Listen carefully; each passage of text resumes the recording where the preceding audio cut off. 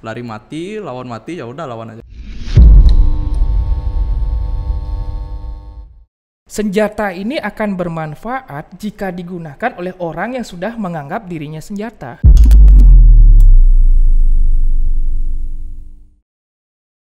Hello global people, welcome back to G-Pod, let's bring it on. Semangat pagi, kembali lagi dengan saya, sang podcaster handal Manta, di podcastnya Millennial IT, Work Global IT, Entrepreneurship, dan tentunya edukasi IT. SMKTI tidak memiliki kekurangan guru yang telah mengabdi bertahun-tahun lamanya. Tidak sedikit ada guru yang sudah mengajar dari sini dari awal sekolah ini dibangun hingga sekarang, di mana sekolah SMKTI Bali Global Denpasar sudah memiliki 14 angkatan ya Pak ya, sekarang 15. Dengan namanya sekolah ini berdiri pasti memiliki sejarah yang berjilid-jilid panjangnya. Salah satu guru yang sudah menyaksikan panjangnya sejarah sekolah TI ini adalah Pak Sudarse. Halo Pak Sudarse. Halo. Oke. Halo. Pak Sudarse ini adalah guru yang sudah infamous di sekolah SMKTI Bali Global Denpasar. Pak Sudarse juga bisa dibilang guru yang veteran karena lamanya mengabdi dan merasakan berbagai rasa mengajar di sekolah TI ini. Pada episode kali ini kita akan mengobrol bersama Pak Sudarse selaku guru mapel pemrograman dasar dan guru audiovisual ya. Multi talentan. Hai guys, bersamaku di episode G-Pod kali ini di mana kita akan mengekspos rahasia gelap veteran TI. Jadi dengarkan seksama informasi yang diberikan pada interogasi kali ini. Oke, kita mulai aja ya interogasinya, atau nama lainnya pengumpulan informasi. Setahu saya Bapak sudah bekerja di sini cukup lama. Coba dong Pak ceritakan awal mula Bapak bekerja di sini mengajar ya. Mengajar di sini udah berapa lama dan awal mulanya kayak gimana deh?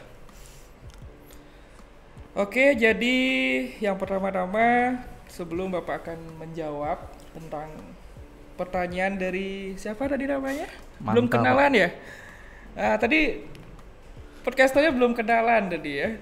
Manta ya? Ya, Manta. Oke, luar biasa. 10 RPL doang. Ya. Oke, jadi sebelum Bapak akan menjawab pertanyaan-pertanyaan dari presenter tentunya, Bapak ucapkan terima kasih dulu kepada G-Pod tentunya ya. Globality Podcast untuk semua tim G-Pod yang bertugas karena luar biasa sekali sudah artinya berkenan mengundang Bapak yang notabene seperti ini ke podcast kalian di sini ya. Jadi harapan besar Bapak adalah semoga nanti G-Pod ini terus berkembang, kreatif, inovatif karena luar biasa sekali prospek kedepannya. Jadi kalau ini betul-betul disiplin, dikembangkan dengan baik ya, kemudian dengan ya tentunya hati yang tulus ya, G-Pod ini ya sangat berpengaruh nanti untuk kemajuan TI global Denpasar khususnya ya.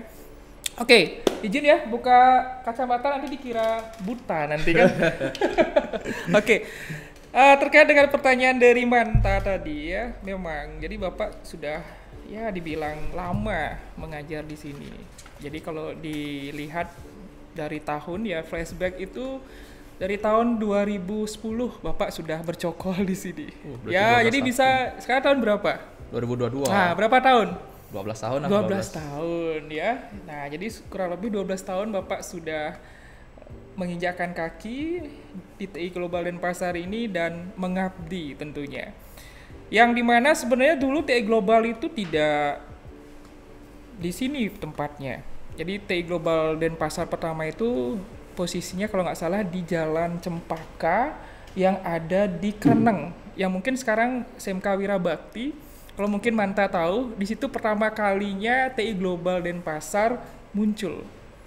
Nah mungkin karena banyaknya masukan-masukan, apalagi ya orang-orang di atas kita kan intelektual semua, mungkin dari melihat dari perspektif tempat dan lain sebagainya kurang bagus untuk pengembangan sekolah, mungkin langsung ya beralih ke sini.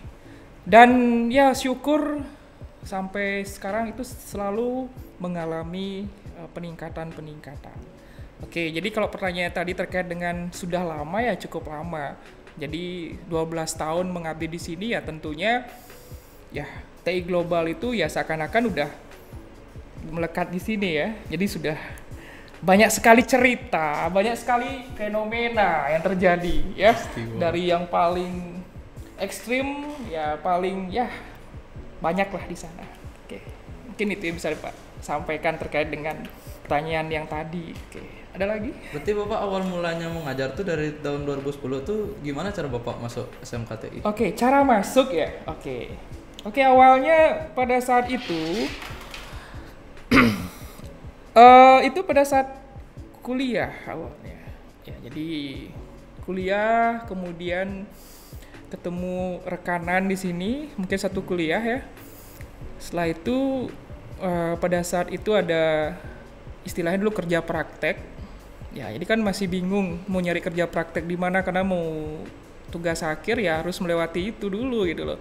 Nah, daripada susah-susah nyari tempat, ya jadi ya udah Bapak coba aja di sekolah kayaknya seru gitu loh. Karena nanti kenapa Bapak memilih sekolah?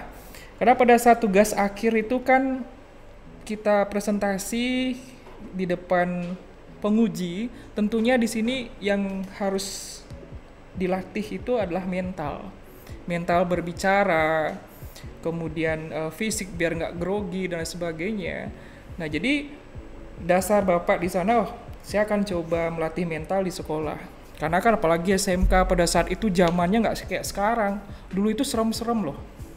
SMK-nya pada TI Global di sini orangnya gede, ya jenggotan, brewokan. Jadi seakan-akan wah ini kayak ada guru baru datang nih. Saya udah lama di sini. Ini kalau mau macam-macam saya sikat di sini. Mungkin kayak gitu. Ya tapi Bapak dalam hati ya tetap optimis di sini.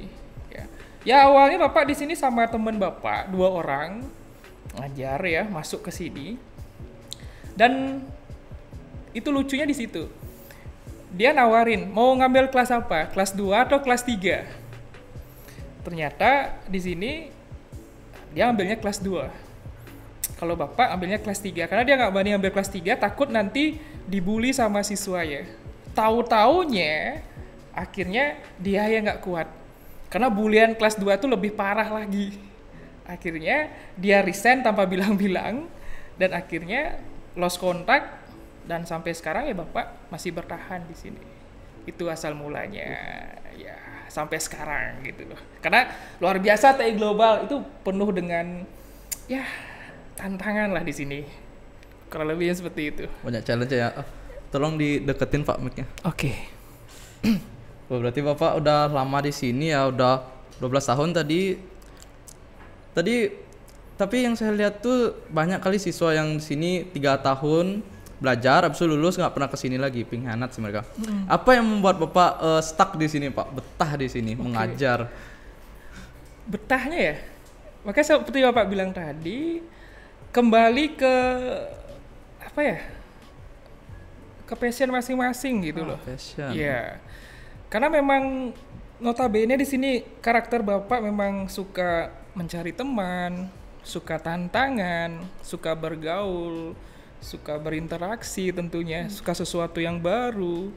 Ya, jadinya betah di sini. Karena terus terang banyak karakter-karakter yang Bapak jumpai di sini.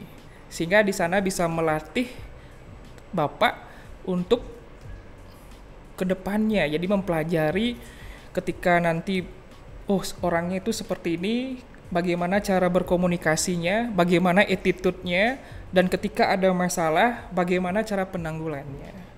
Jadi semakin banyak karakter, semakin banyak problem, otomatis insting kita itu kan terasa. Jadi ketika nanti kita menemukan masalah di lapangan, di luar, itu akan cepat kita selesaikan. Karena kita udah pernah merasakan itu gitu loh. Nah, jadi kalau yang namanya karakter siswa mungkin Manta kan udah tahu bagaimana karakter-karakter temanmu, adikmu yang ada yang susah diatur dan sebagainya. Kalau judul terus terang, Bapak lebih suka anak nakal dibandingkan anak yang adem ayem. Nah, kok? Karena anak nakal ini mudah untuk dikasih tahu gitu loh. Anak nakal mudah dikasih tahu. Iya, daripada misal, oke, salah satu contohnya gini, mohon maaf ya. Kalau anak nakal, dia akan mencoba, terus mencoba menguji. Misalkan kayak bapak, oh ini kayaknya ada guru baru, kayaknya tampilannya seperti ini, bener nggak orang ini kuat? Nah, dicoba sekarang kan sama dia, berusaha membuat ular dan sebagainya. Nah ternyata guru ini ya suka tantangan, ayo, siapa takut? Nah kan gitu. Nah akhirnya setelah dicoba ternyata memang dia lebih di sana. Dan akhirnya apa? Nah si guru ini kemudian mengedukasi kembali sehingga dia paham. Coba kalau misalkan orang yang ya anggap dah orang yang punya dunianya sendiri, Manta masuk sekarang, ya masuk ke sana, kamu kasih sesuatu yang keras dia nggak ngerti, sesuatu yang lemah lembut dia juga nggak ngerti gimana merubahnya itu gitu loh, kan susah di sana. Nah oke, jadi serunya sih di situ ya, karena tujuan utamanya bapak kesini bukan hanya mengajar saja. Kalau mengajar tuh kan mudah, tapi lebih ke berbagi ilmu, kemudian mencari teman gitu loh, pengalaman gitu. Jadi teman Anda, siswa-siswa itu udah bapak anggap seperti saudara, seperti adik di situ. Nah jadi nggak ada hubungan antara si guru dan jadi siswa harus mengikuti sepenuhnya apa yang dikatakan guru itu hukum, enggak. Kalau di bapak nggak ada seperti itu ya. Jadi bapak menggunakan metode bukan secara vertikal tapi lebih ke horizontal. Jadi kita sama rata di sana ya, duduk sama rendah, tinggi tanpa raja, kurang lebih seperti itu ya. Makasih Pak. Berarti banyak siswa yang ya nggak tunduk sih, tapi lebih menghormati ya, satu sama lain. Betul sekali. Bang ya, anak-anak TI andalan, unggulan. Tapi yang membuat Bapak itu terkenal sekarang itu cara mengajar Bapak yang notabene ya unik dan kontroversial. Itu teman saya bilang kayak itu ya. Saya udah ngomong apa? Kalau dari kalangan siswa nih Pak, menurut Bapak tanggapan mereka tentang cara mengajarnya Bapak itu kayak gimana? Kalau dari siswa ya, ini sebenarnya kalau bagusnya ya sebenarnya siswa yang menanyakan, bukan bapak. Kalau bapak nanya udah pasti yang bagus-bagus dikasih tahu, iya, udah pasti yang bagus-bagus. Kalau Manta nanya, kalau menurut bapak tanggapan dari siswa, mereka nggak akan pernah jujur di situ. Paling di belakang bapak baru dia berani jujur. Ketika kalian ketemu di suatu tempat, paling yang digibahin itu gurunya kan gitu. Ya mungkin nanti kamu punya strategi atau polling jadi ya antar sesama siswa, baru itu lebih natural jawabannya. Tapi sejauh ini mungkin ya dengan metode yang Bapak gunakan dalam mengajar itu sejauh ini nggak ada keluhan dari orang tua, tidak. Ya walaupun mungkin agak ekstrim dan keras, tapi di sini bukan tujuannya untuk merusak, tidak. Kemudian untuk menghancurkan, tidak. Ini semata-mata adalah untuk mendisiplinkan, tegas. Ya, tegas dalam artian di sini untuk hal sesuatu yang baik. Beda halnya kalau kita tegas untuk yang lain gitu, misalnya kita ngajar kemudian kita emosi gitu loh, keras, tapi tidak ada tidak ada biar dia penetralnya di situ ya, tidak ada pengademnya, otomatis kan dendam jadi. Kalau Bapak nggak seperti itu metodenya, artinya keras dulu, setelah itu ketika dia sudah tahu bahwa itu loh dia salah, sehingga dia akan ya mengerti di situ. Nah jadi dalam artian di sini memang bukan untuk hukumannya itu memang bukan untuk merusak atau menjatuhkan siswa atau mungkin membunuh dan sebagainya, tidak. Karena di awal Bapak ngajar, Bapak selalu membuat kesepakatan dengan siswa.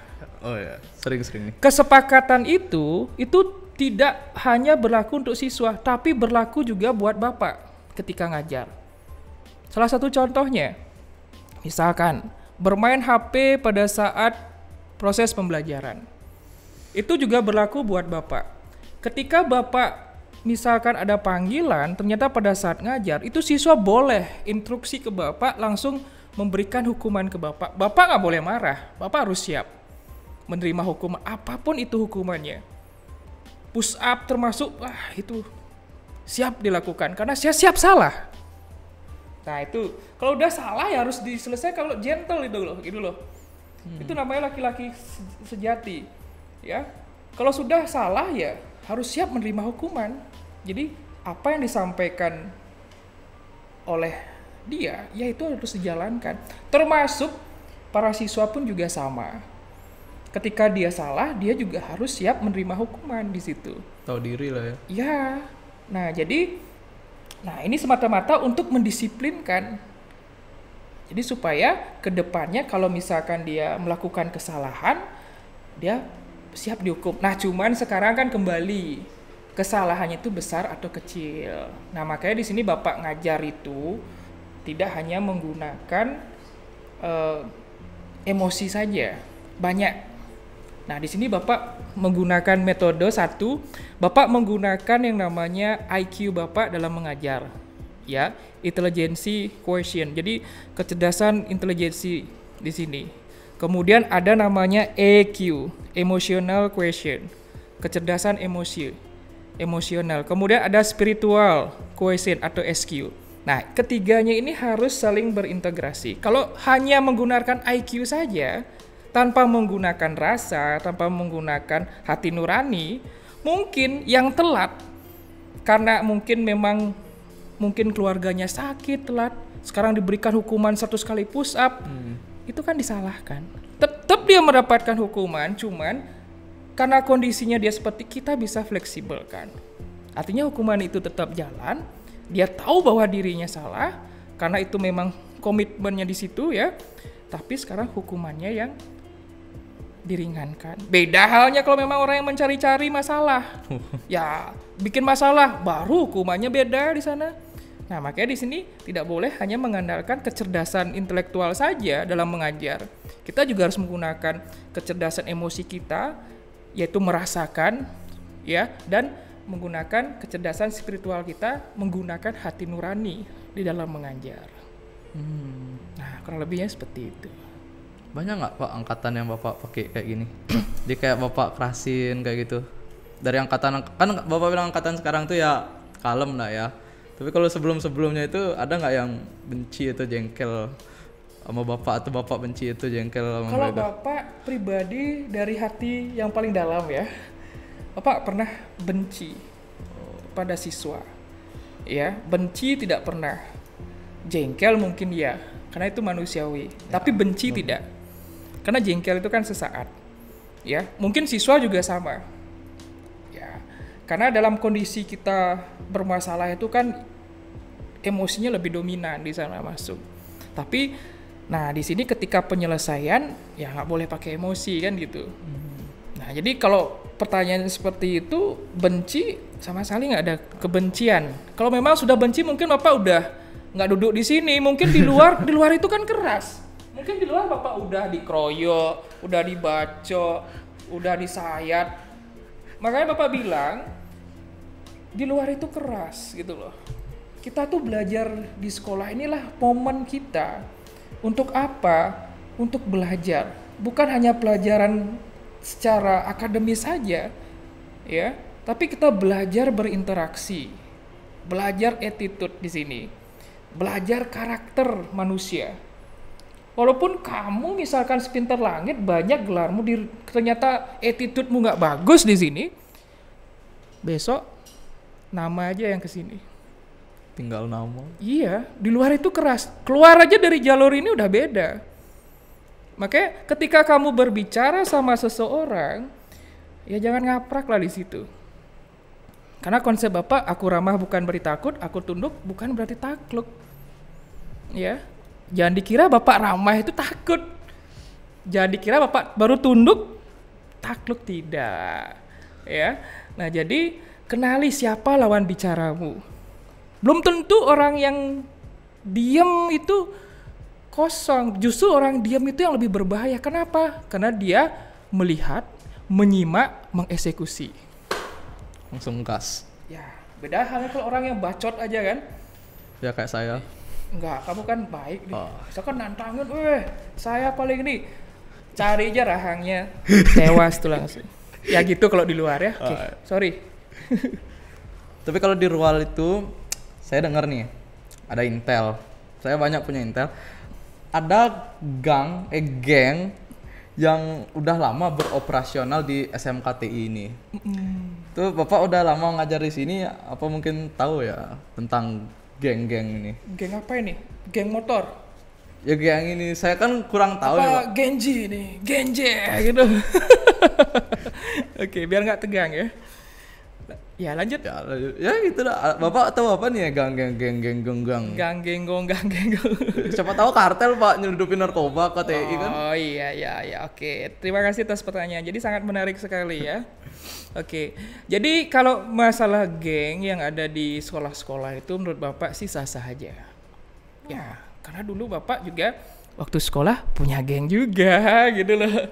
Iya, itu nggak akan pernah hilang. Walaupun kamu berantas seakarnya akan itu. Karena itu sudah itu kalau dibilang itu sudah kodratnya seperti itu. Kita manusia itu tidak terlepas dari yang namanya sifat-sifat emosi, iri hati, merasa paling hebat. Nah, itu nggak akan pernah. Kalau nggak seperti itu manusia nggak hidup dia. Kita tuh hidup untuk apa tujuannya? Untuk menyelesaikan masalah dan bukan nyari masalah kan? Iya benar. Ya, kalau manusia hidup nggak ada masalah mati artinya itu. Benar nggak? Jadi kalau hidup itu untuk menyelesaikan masalah. Masalah-masalah itu apa ya kayak tadi. Ya, jadi positifnya ya itu sah-sah aja kalau ada. Itu tujuannya untuk apa? Ya mungkin yang pertama seperti Pak bilang tadi ya mencari teman, untuk berinteraksi, ya, untuk melatih mental, fisik. Nah kemudian sah-sah aja. Tapi sekarang kita lihat visi misinya dulu.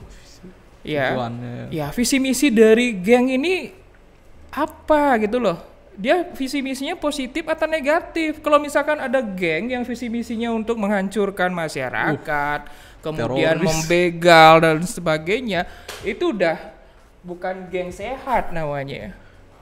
Ya. Kalau perselisih paham di jalan tuh wajar, baku hantam tuh udah biasa itu.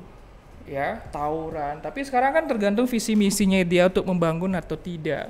Nah, makanya kalau ada yang sudah lewat jalurnya di sana, ya, nah disitulah itu kan sebenarnya oknum aja, ya.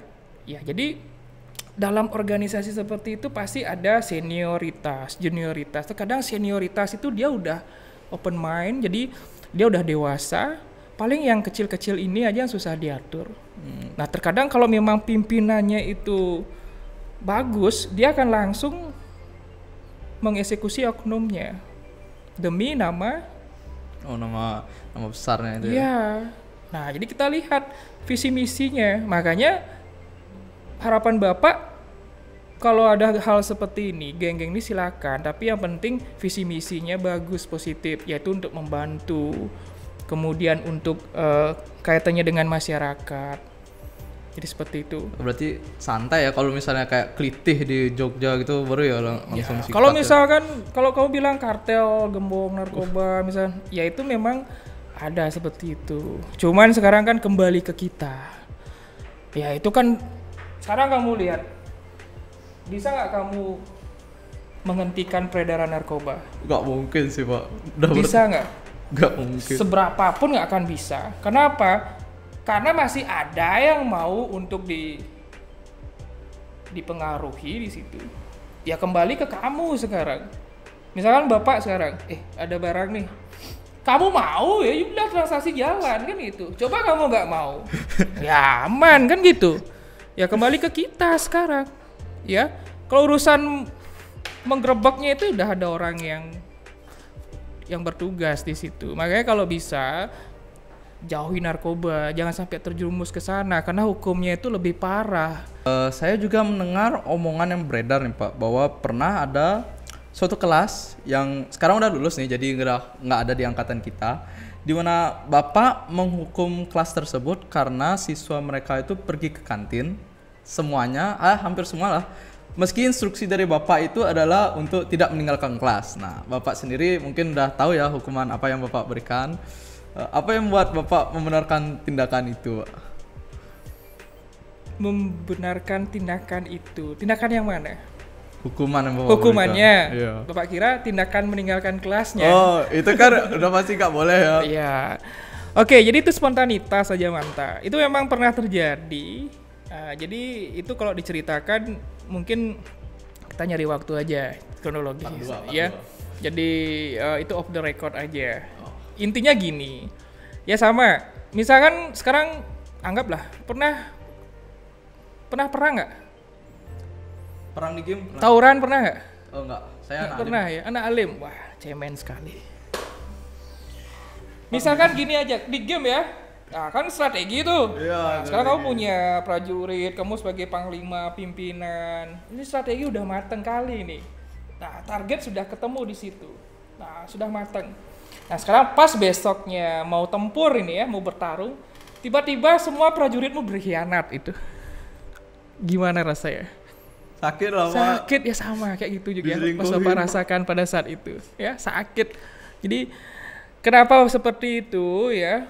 Jadi ya pada saat itu memang klarifikasi aja sebenarnya ya, terutama Pak jadi wali kelas di situ. Jadi untuk mencari klarifikasi ternyata ya kondisi berkata lain. Nah, makanya mau tidak mau ya harus ada yang dieksekusi kan gitu. Sebenarnya bukan targetnya itu gitu loh. Tapi karena berkhianat ya udah sikat rata aja gitu. Oke. Boleh lagi berarti kayak tadi itu tindakan mendisiplinkan. Mendisiplin. Jadi biar mereka tahu ini loh hidup. Nanti besok kalau kamu di luar ya syukur kamu masih ada, tapi kalau enggak itu beda. Jadi belajarlah untuk betul-betul konsisten. Kamu loh udah bilang siap, bahkan berjanji. Tiba-tiba besoknya beda lagi. Di mana itu letak rasa, ya kalau dibilang, kalau orang Bali satya gitu kan gitu. Di mana letaknya gitu loh. Nah, jadi pada saat itu Bapak gak bisa banyak bicara, jadi seakan-akan ya kayak udah hancur, mau siapa yang mau dieksekusi dan sebagainya, tidak. Bagaimana cara penyelesaiannya? Intinya ya lebih ke pengkhianatan lah di situ. Cuman seperti Pak bilang tadi ya, Bapak nggak pernah benci dengan hal seperti itu karena di sini kita masih tahap belajar. Karena hidup itu kan harus terus belajar gitu loh. Bapak lihat ya mungkin karena umur, ya mereka belum ngerti apa yang artinya hidup yang sebenarnya. Ya jadi Bapak tindakan eksekusinya ya cuman ya seperti itu. Mudah-mudahan mereka sadar. Dan Bapak pada saat itu ya melayangkan challenge juga. Bapak pada saat itu belum memberikan maaf. Tapi kalau kamu bisa menyelesaikan ujian dari Bapak ini, Bapak maafkan kamu setelah. Ujiannya apa? Nanti pada saat kenaikan kelas MM1 ya, itu harus jadi juara umum 1. Keras. Ternyata bisa mereka. Bisa mereka. Wah, gila sih, comeback. Iya, bisa. Makanya akhirnya di kelas itu kelas 2 ceritanya. Di kelas 3 kembali terjalin di situ. Itu kejadiannya di kelas 2. Ya, jadi di kelas 3 udah ya saling memaafkan lah di situ. Artinya apa? Bapak juga motivasi. Nah, maksud tujuannya seperti ini. Jadi untuk memberikan kalian pengalaman bahwa Bapak nggak marah, nggak pernah jengkel, benci, tidak. Kenapa Bapak pada saat itu tidak memberikan maaf? Bapak ingin nantang di mana seberapa kuat rasa kesetiaanmu di sana. Kalau kamu memang kesatria jantan, kamu akan menyelesaikan misi ini dengan baik. Tapi kalau tidak, nah jadi selamanya Bapak nggak pernah maafin kamu. Ternyata karena dia merasa salah pada saat itu, dia terima tantangannya, siapa kan. Ternyata benar, berarti dia sungguh-sungguh. Nah, inilah yang namanya hidup. Bukan kepura-puraan. Catat. Ya. Tapi maaf nih Pak, out of topic ya. Tadi kan udah bahas yang kayak tadi ekstrim lah. Ekstrim. Cuma sekarang yang ya agak santai lah. Oke. Tadi ekstrim ya. Gore, ada tawuran, perang. Perang. Kan beda topiknya, memang kan topik temanya apa, rahasia gelap kan, ya harus lebih ekstrim gimana sih gitu. Kasihan Pak, kalau penontonnya Bapak bahas di sini Adobe Premiere, After Effects kan nggak nyambung gitu loh, apalagi Borderlands C++ kan nggak nyambung sekali gitu, ya harus memang ya identik dengan hal hitam lah gitu. Ya. Oke lanjut. Ini deh yang ringan nih. Gak aneh ya, tapi saya kan sebagai guru yang mengajar pasti pernah lah chatting sama guru ya. Saya chatting tuh, saya nomor Bapak itu, Bapak saya lihat itu belajar bela diri itu. Itu Bapak belajar bela diri pencak silat apa turun derajat atau taekwondo atau gimana? Oke, baik. Bela diri ya? Ya bela diri kan. Oke. Kamu suka bela diri? Enggak. Nggak suka? Oh, saya suka bela diri tapi saya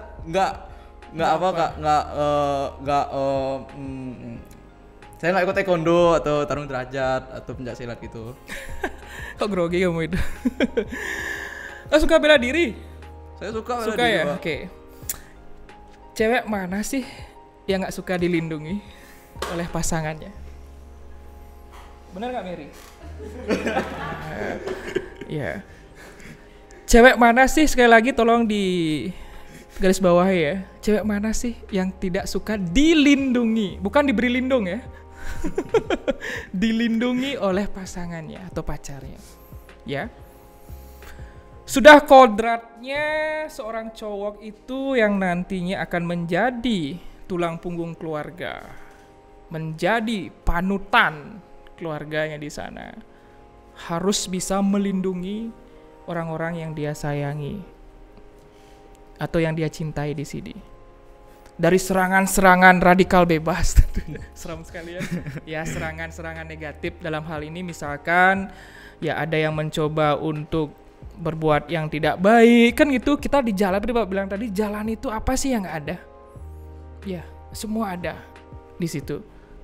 Yang kita tidak prediksi pun itu sering. Tiba-tiba misalkan Manta jalan sama cewek yang paling Manta cintai di sini ya. Jalan deg. Ada 3 gerombolan ini. Tes digituin pantat ceweknya gimana? Oh, saya kira pantat saya. Kok pantatnya kamu sih? Nah, dipegang-pegang. Mohon maaf ya. Ini contoh aja. Nah, dipegang-pegang cewekmu. Gimana respon Manta? Kalau belum nikah sih lari. Belum nikah sih lari. Oke. Kalau udah nikah? Lawan. Lawan Ya. Nah, lawan dengan apa mau melawan? Sedangkan yang dilawani 3 orang. Sudah siap gini. Sudah siap dengan konsekuensinya. Mereka lo bawa pisau. Ya dengan doa dari Tuhan semoga bisa saya melindungi istri saya. Oke. Sedangkan istrimu dianiaya di situ. Nah, inilah pentingnya. Oke, untuk para cowok-cowok tentunya ya. Ya, patut memang harus bisa belajar bela diri. Ya. Tujuannya bukan untuk gagah-gagahan, tidak. Ya, utamanya adalah untuk melatih fisik, mencari teman, dan tentunya yang paling utama melindungi orang-orang yang kita kasih, kita sayangi. Nah, kemudian untuk olahraga bela diri itu silakan, itu banyak sekali, tergantung passion kalian di situ, yang mana sukanya. Ya, tidak ada olahraga bela diri di sini yang paling hebat, itu tidak ada.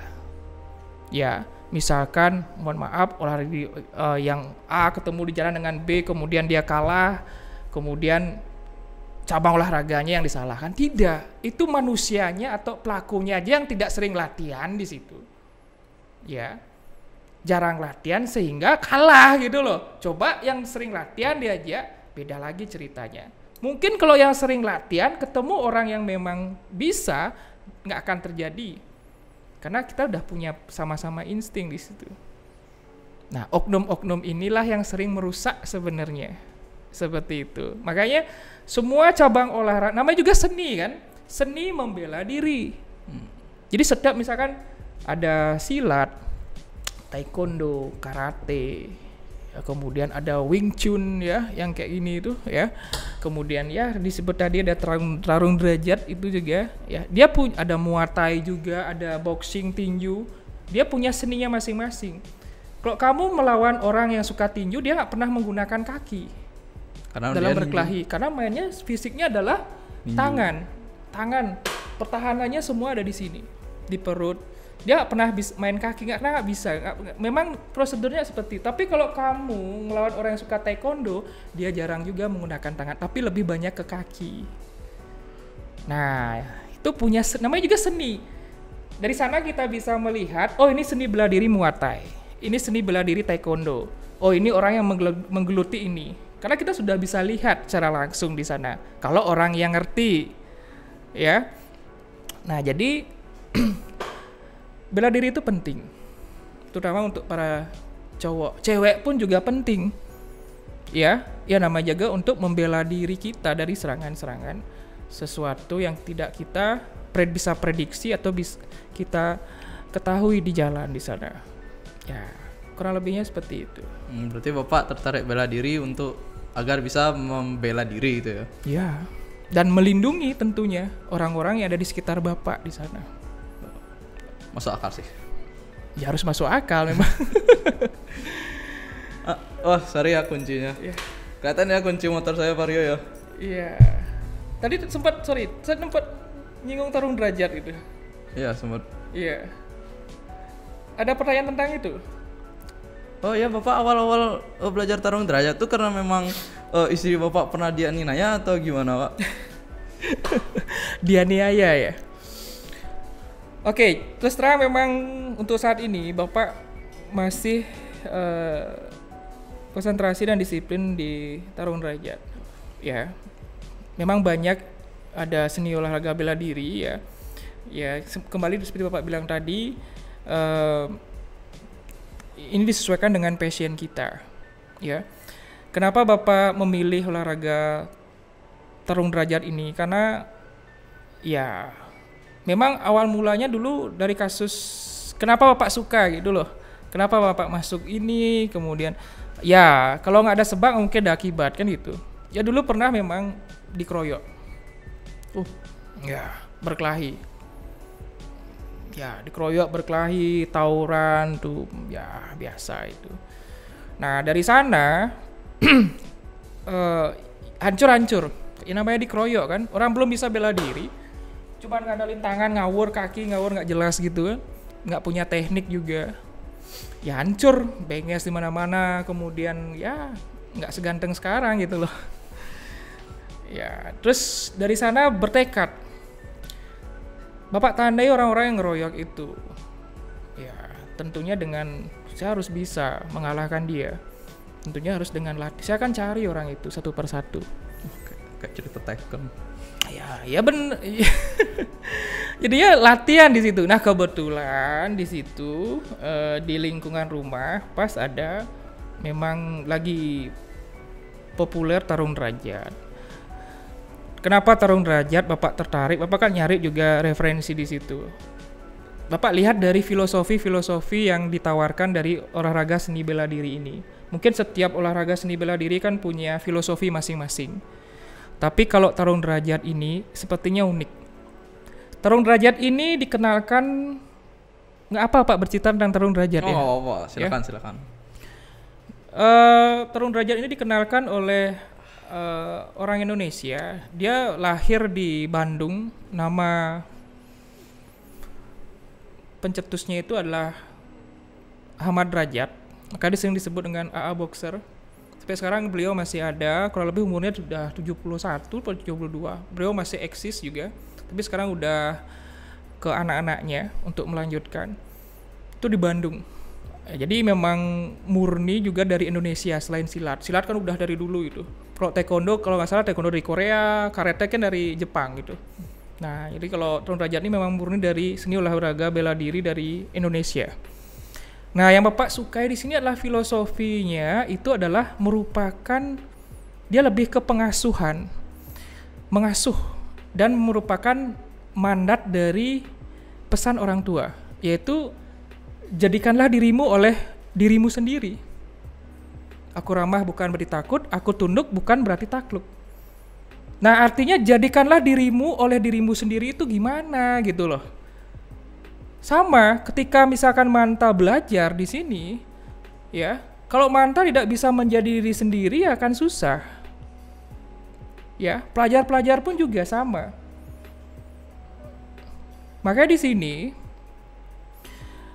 yang membuat Manta itu sukses ya Manta di sendiri. Yang membuat Manta itu hancur kayak tadi misalkan terpengaruh narkoba ya Manta sendiri. Nah, makanya di sini ya kembali ke kita, jadikanlah dirimu oleh dirimu sendiri. Nah, dalam seni olahraga tarung derajat ini ya ya itu kan udah biasa 5 unsur gerak itu udah ada, yaitu ada unsur kekuatan, kecepatan, ketepatan, kemudian ada unsur keuletan, keberanian tentunya. Nah, itu teknik-tekniknya dia misalkan di situ ya, yang dipadukan di situ. Nah, jadi ya filosofinya itu yang bagus. Itu mengajarkan misalkan gini, senjata seorang fotografer itu apa? Kamera. Nah, kamera. Senjata seorang tentara itu apa? Senjata. Ya. Apa itu senjatanya? Celurit. Gak mungkin pisau sih. Gak mungkin TNI celurit. Senjatanya kan ada ya kamu. Apa? Pistol. Senjata api lah. Senjata api. Korek api. Ya, K47 lah sebagainya kan. Oh iya. M4. Ya, jadi pas waktu sedang berperang, kembali ke perang lah di sini. Senjatanya ternyata rusak, nggak bisa dipakai. Musuh udah ada di depan. Apa yang dilakukan? Misalkan Manta nih, pegang AK. Nggak bisa beroperasi, macet. Padahal sebelumnya musuh dari depan mata. Nah, musuhnya buat senjata juga di sini. Jiwa korsanya ditantang sekarang. Apakah Manta lari? Selamanya Manta akan dicap sebagai pengecut oleh bangsa. Pengkhianat di situ. Apa yang Manta lakukan? Lawan kan? Lari mati, lawan mati, ya udah lawan aja. Nah, jadi gini. Dalam olahraga ini itu mengajarkan kita adalah menjadikan diri kita itu sebagai senjata. Ya. Senjata ini akan bermanfaat jika digunakan oleh orang yang sudah menganggap dirinya senjata. Ngerti? Senjata ini akan lebih bermanfaat jika dipegang oleh orang yang sudah menganggap dirinya adalah senjata. Ketika senjatamu rusak, kamu bisa menyelesaikan misimu di situ. Dengan apa? Brain. Tak. Pelajar harus kuat. Ini senjata utamanya. Bukan kamera. Kalau fotografer itu media.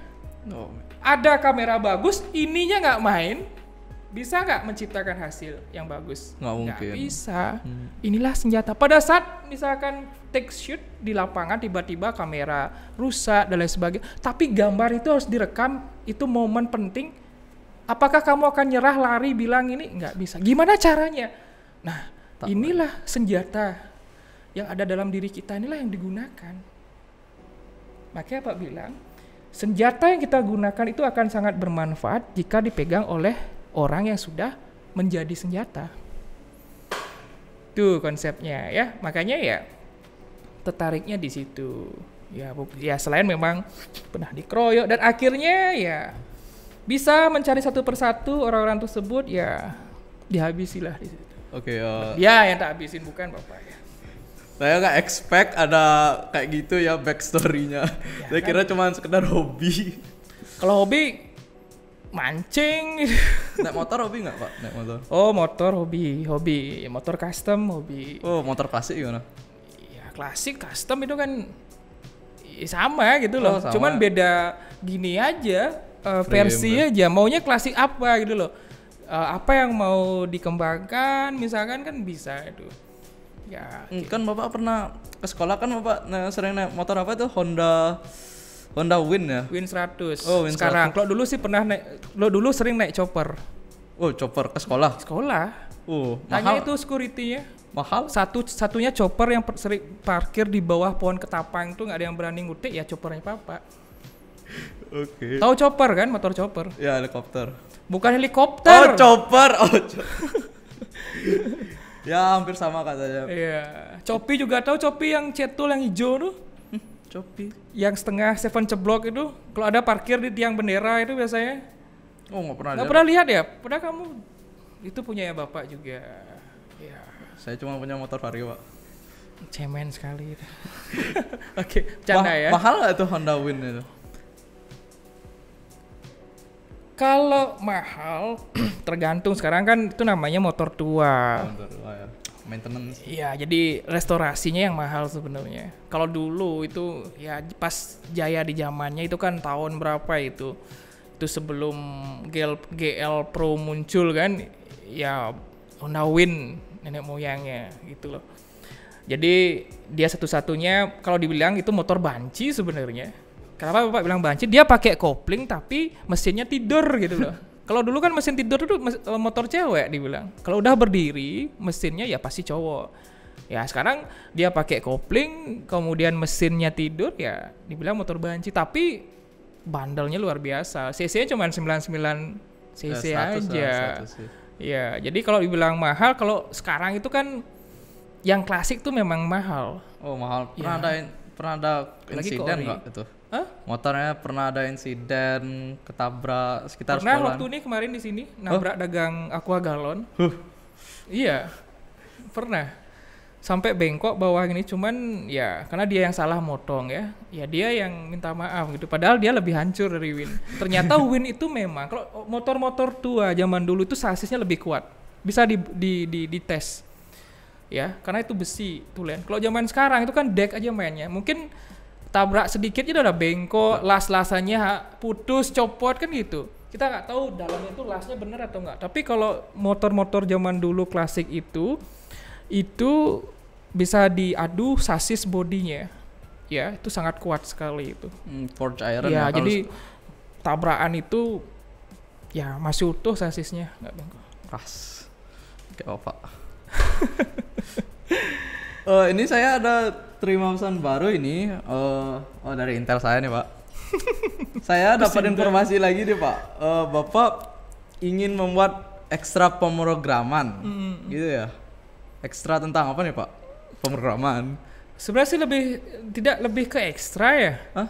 Klub gitu ya? Iya, komunitas lah Oh, bahasanya. komunitas. Jadi komunitas, karena mungkin di sini kan namanya sekolah juga, kita kan sekolah IT, teknologi informasi. Jadi kembali kan tidak semua, misalkan kalau anak RPL ya, artinya tidak semua juga sangat menggemari pemrograman dalam hal ini. Pasti ya ada yang setengah, ada yang memang sangat expert sekali di situ kan gitu. Nah jadi kalau misalkan itu ada, jadi kan kita bentuk dia sebuah wadah, jadi bahasanya komunitas apa, pemrogram atau program dan sebagainya. Jadi komunitas ini udah pasti orang-orang yang memang seneng gitu loh, jiwanya memang untuk itu gitu loh. Kalau orang yang nggak senang nggak mungkin masuk komunitas itu gitu. Ya, masuk akal. Sehingga apa yang menjadi project apa yang akan dikembangkan itu akan berjalan dengan baik. Beda kalau ekstra kan tuntutan. Harus jalan ya. Harus jalan, itu harus menilai. Jadi terkadang udah masuk ekstra ini aja. Ya syukur kamu passionnya di sana, tapi kalau enggak akan masih kelihatan di situ. Jadi setengah-setengah. Jadi kalau bahasanya community di sini ya itu akan murni memang orang-orang yang suka, bukan hanya di pemrograman saja, mungkin di fotografi, videografi, bahkan robotik. Ya, jadi bahasanya lebih ke komunitas di situ gitu loh. Ya kalau misalkan itu sih memang planning atau memang gininya Bapak di situ, siapa tahu ya bisa direalisasikan kan bagus. Jadi semakin banyak orang yang, jadi kalau sehobi itu beda ya, jadi banyak sekali kita discussnya. Kalau kita berbicara dengan orang yang tidak sehobi ya susah gitu loh, tapi kalau sehobi ada saja dan nyambung Ya, nyambung. itu poinnya, nyambung dulu ya.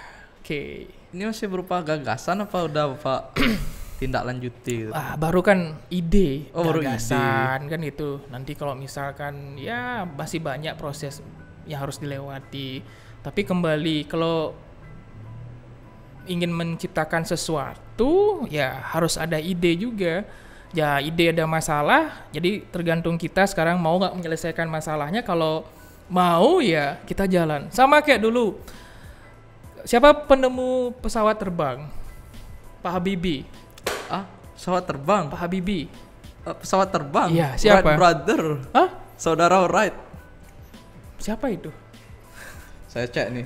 Siapa penemu pesawat terbang pertama kali? Pesawat terbang pertama kali ini Wright brother. Wright brother. Kenal sama Galileo Galilei? Ya kenal, bapak saya Pak. Ya, jadi kenapa bisa pesawat terbang itu ada kan gitu? Awalnya kan mungkin dia terkonsepsi burung bisa terbang, kenapa manusia bisa terbang? Ya saya harus bisa terbang kan, itu manusia pun juga harus bisa terbang. Asal mula kan gitu idenya. Nah sekarang ide ini dikembangkan harus jadi sebuah proyek, terus masalah dikembang dan akhirnya manusia bisa terbang melalui media atau mesin yang dinamakan pesawat terbang dan sekaligus jadikan alat transportasi. Jadi tidak ada hal yang tidak mungkin. Kuncinya adalah keseriusan dan disiplin. Menarik ceritanya. Oke, terakhir nih Pak. Bapak mau menyampaikan pesan apa nih bagi penonton yang ingin join SMK TI Bali Global Denpasar? Bagi mereka penonton. Itu penonton. Oke, baik. Jadi untuk adik-adik ya, jadi adik-adik SMP khususnya yang ingin mencari sekolah ya.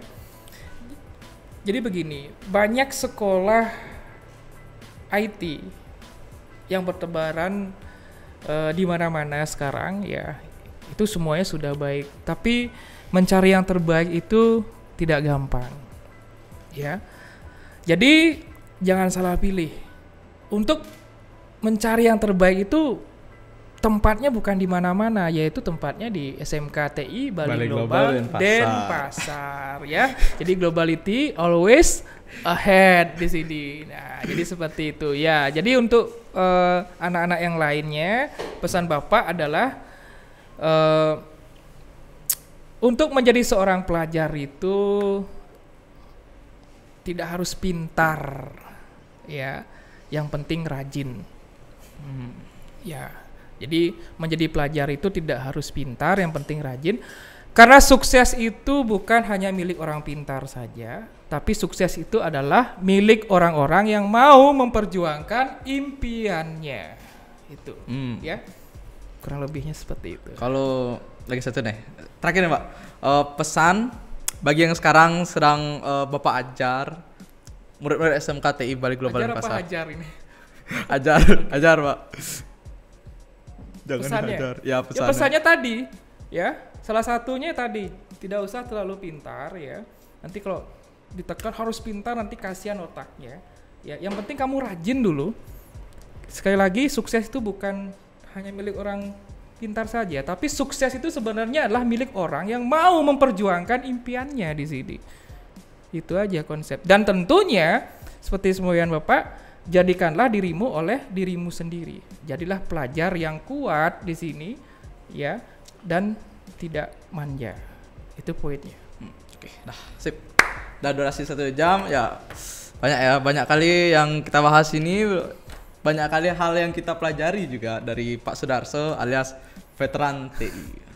Dari awal mula Pak mengajar di sini sampai sekarang tanpa henti mengabdi kepada sekolah yang kita sayangi. But sadly, all good things must come to an end.